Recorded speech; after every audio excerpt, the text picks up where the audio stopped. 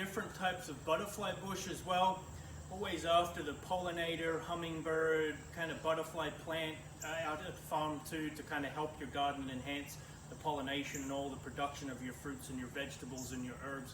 So the butterfly bushes are very pretty in the presentation.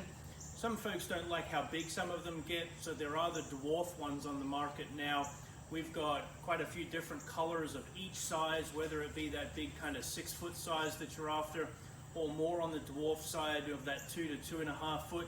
The dwarf ones will go in a container as well. So if you haven't got the space or you don't want them in the garden, you can have them in containers.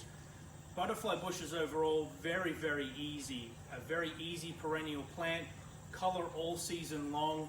If you do choose to deadhead the flowers, it will only produce more flowers, and obviously wonderful to sit out there, enjoy the butterflies all over it, enjoying themselves as well. So come on out, pick one out. We look forward to seeing you at the farm.